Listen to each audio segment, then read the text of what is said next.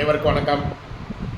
நான் உங்கள் ஜோதிடரத்னா ஜெய்சங்கர், அருப்புக்கோட்டை அண்ணாமலையார் ஜோதிட நிலையத்திலிருந்து பேசுகிறேன்.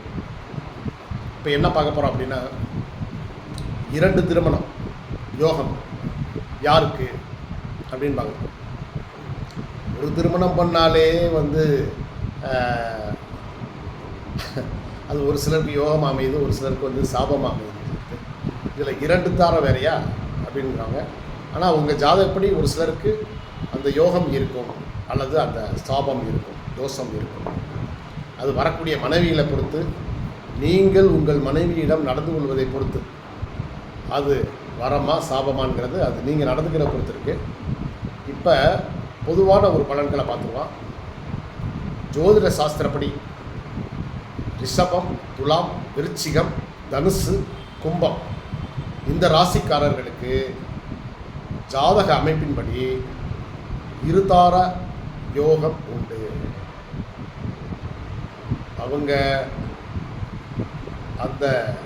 இந்த ராசிக்காரங்க அவங்களுக்கு மனவாழ்வில் பிரச்சனை ஏற்பட்டால் அவங்களுக்கு கண்டிப்பாக மறுமணம் உண்டு. சரி, இப்போ உங்களுக்கு லக்னத்துக்கோ அல்லது ராசிக்கோ 7ஆம் இடத்தில் ராகு கேது இருந்தால், அல்லது தீய கிரகங்கள் இருந்தால், கெட்ட கிரகங்கள் இருந்தால் சரி, அதே 7ஆம் இடத்தில் சந்திரனும் செவ்வாயும் சேர்ந்திருக்குன்னு வச்சுக்கோங்க.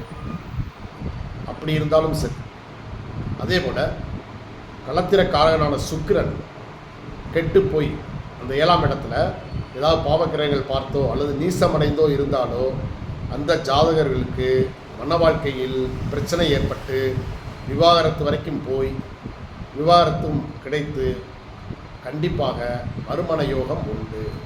நன்றி, வணக்கம்.